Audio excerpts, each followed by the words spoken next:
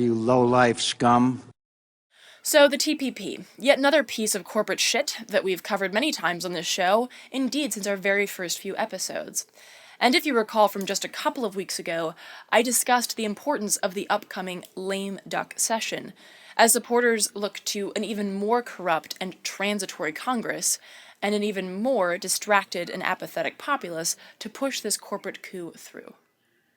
Well, last week, the U.S. International Trade Commission gave their thumbs up for the TPP's passage by releasing their Economic Impact Report, which, to absolutely no one's surprise, touted the great benefits of the TPP, much like they had done for NAFTA and the more recent Korea Free Trade Agreement. Now, you may not be on the up and up when it comes to trade deals with Korea, not a lot of people are, but you might remember the havoc that was wreaked on our own country by NAFTA. Hundreds of thousands of jobs lost, wages in free fall, the exploitation of workers, and environmental destruction, to name a few. So, why is the USITC doubling down on their shitty trade deal track record? Well, so glad that you asked, because believe it or not, it's because they're corrupt as fuck. Of the 6 commissioners at the USITC tasked with releasing the impact statement on TPP, not one of them is clear of gross conflicts of interest, whether that be a former lobbyist for international development or one of the dipshits who actually pushed for NAFTA's passage in the first place.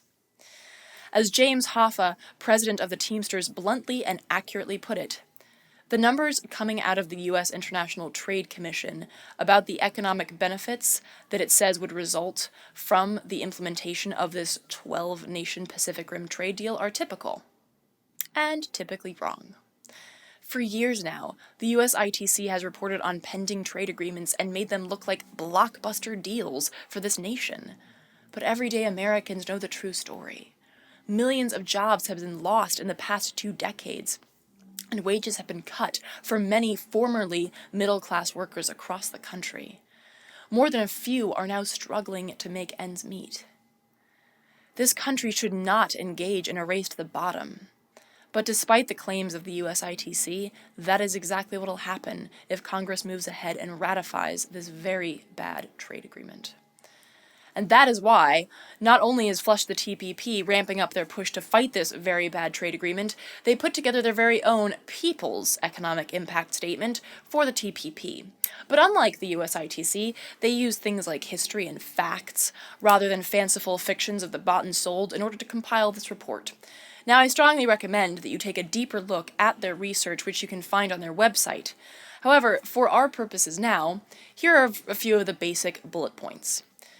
A decrease in the GDP by 0.54% over 10 years, an ironic blow to the trade deficit, further damage to domestic manufacturing in several sectors from automotive to dairy, a net loss of 448,000 jobs by 2025, a global race to the bottom in wages, a decrease in income for most workers with a simultaneous increase in wages for the top 10%, a rise in healthcare costs, a surge in fossil fuel extraction primarily via fracking and drilling, the deregulation of financial institutions, and a privatization of public services, kind of like Freiburg, Maine.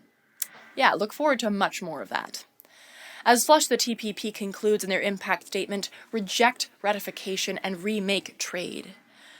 It does not serve the interests of the overall economy, but serves only the interests of transnational corporations and oligarchs in the participating countries.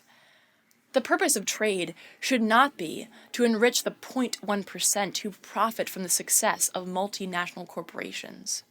Instead, trade agreements should help all people, raise the standard of living, provide safer products, and ensure that workers have, at a minimum, a living wage and a safe work environment.